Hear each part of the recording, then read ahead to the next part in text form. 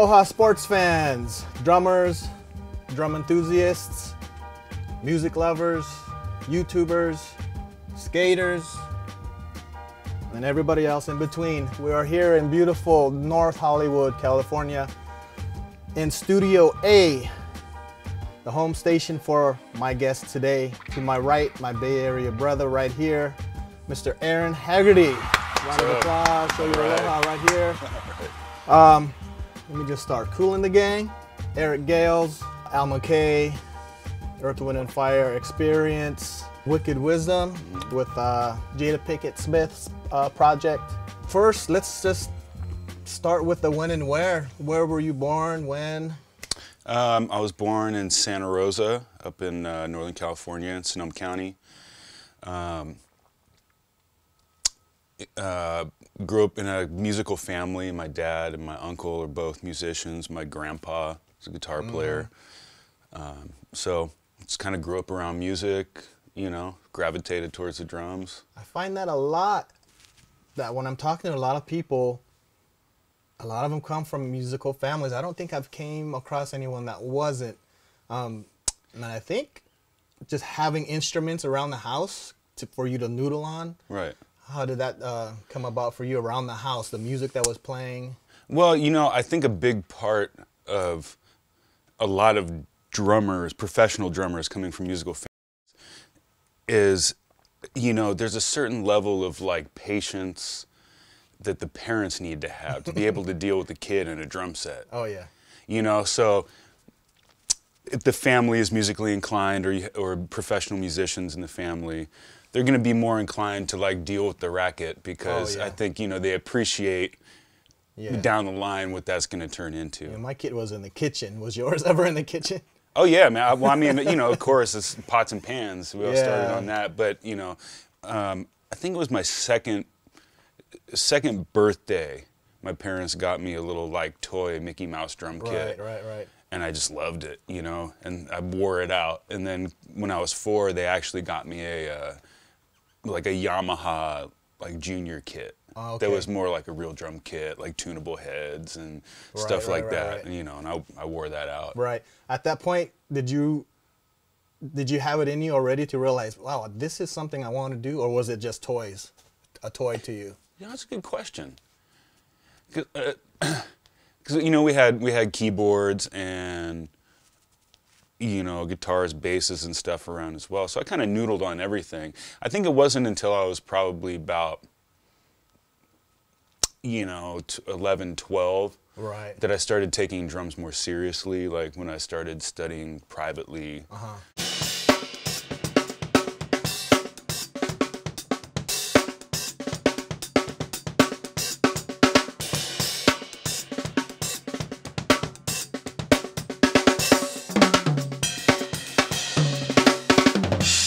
So 6th grade, well, you said 12, around 11, 12.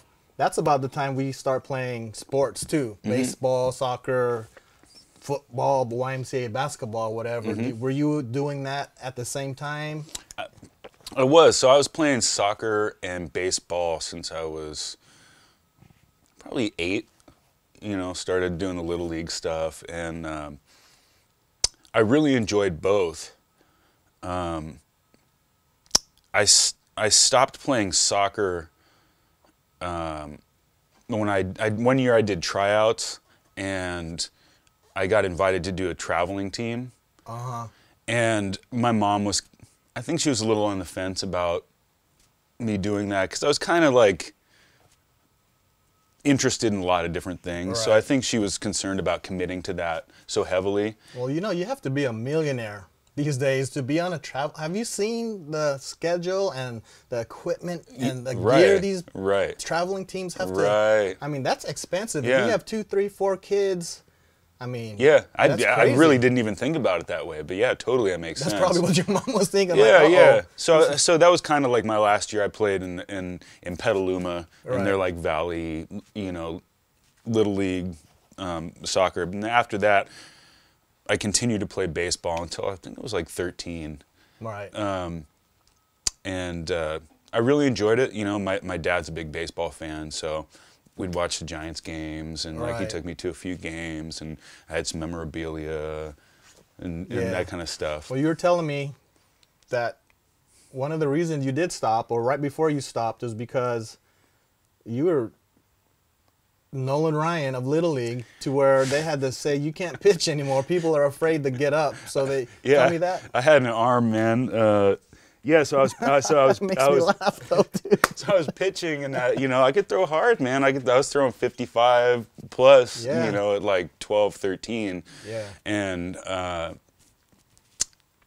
kids were afraid to step up to the plate, standing out of the box. Yeah. And so, I think it was like a general consensus from the parents and some of the coaches. They were like, we want our kids to like get a piece of the ball every once in a while. So were you literally throwing no-hitters and things, stuff like that? Or were anybody hitting you? Well, in Little League, they rotate people a lot. Right. So I would never pitch like a whole game. But when you were in there, no one was touching you. Most of the time, Yeah. So yeah, they had me stop pitching, and then I moved to catcher, and shortstop, and then like played left field a little bit too. Right. Because I could just get it across the field. Just wing it around. Anywhere you need an arm, let's put Aaron.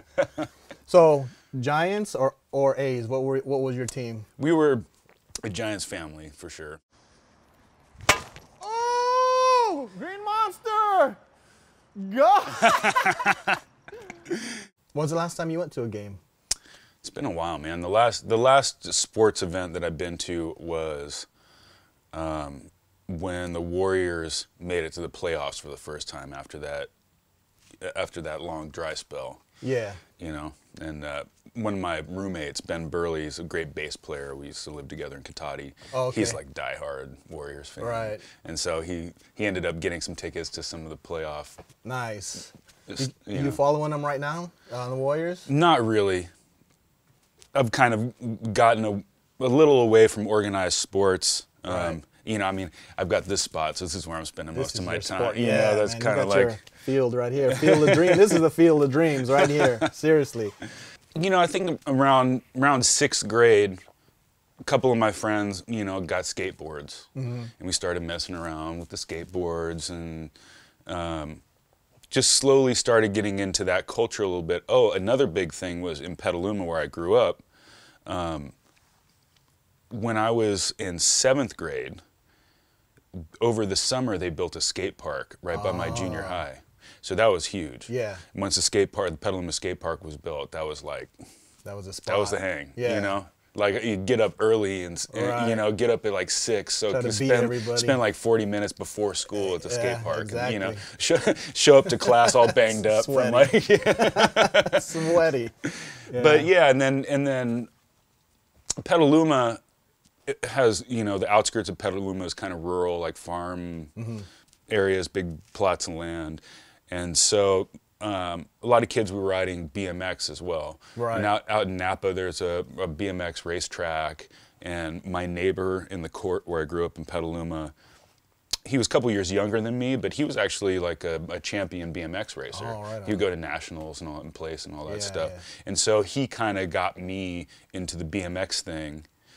And all of his buddies, out on the outskirts of town, they all had jumps out on their property and stuff like that. So for a while, it was kind of like skateboarding and biking, skate park, dirt jumps, that kind of stuff. And then I eventually gravitated more towards biking. Okay. And I'm not exactly sure why, because I enjoyed skating too. I think something about just the feel of like coasting on a bike. Yeah. Like when skating's a lot of work, man. Well, skating's a lot of work. So is biking, but just the feel, especially with like the wheels, when you get moving and you get that gyroscopic force of the wheels, and then once you start feeling comfortable being off the ground, that's really addicting too, you know. So yeah, and then I was doing a lot of that. But one thing that did happen is I broke my leg. Oh, that'll do it. That'll change a lot of things. At the Petaluma Park when I was 17, and I was gigging at the time, and so I actually had to like at 17 figure out how to sub out some gigs like festivals in Oregon with some jam bands that I was playing with. There were kind of some older guys, like my dad was part of that stuff, and my uncle doing some stuff with them. And so that was kind of that was a reality check, and you know, my parents were like, "What, man? What are you doing? You know, you can't be out here breaking your leg." Yeah. You know, and so I had a little hiatus after that. Sold my bike, healed up, focused more on playing. Had some rock band. I had a rock band in Petaluma. So this was high school? This was high school time, yeah. And then also this kind of like hybrid hip hop live band group called Derivative that we did for a while out of Santa Rosa. And that's when I really started buckling down, being more serious about the future of my career with music. So let's talk about your education-wise. I know you grew up in the Santa Rosa area. You went to Santa Rosa Junior College. Yeah, so I went to Santa Rosa High School. I was actually living in Petaluma. I went to Santa Rosa High School because of their music program. Oh, okay. And the band teacher there, Mark Wardlaw, was just a fantastic guy, fantastic teacher. And it was kind of like, you know, a hub for young musicians. Would go there because they had the Art Quest program, they had a great instructor, and they really catered to the arts there. Right. And so that was a very, you know, strong part of my coming up in music, you know, doing the jazz bands, the orchestral symphonic stuff.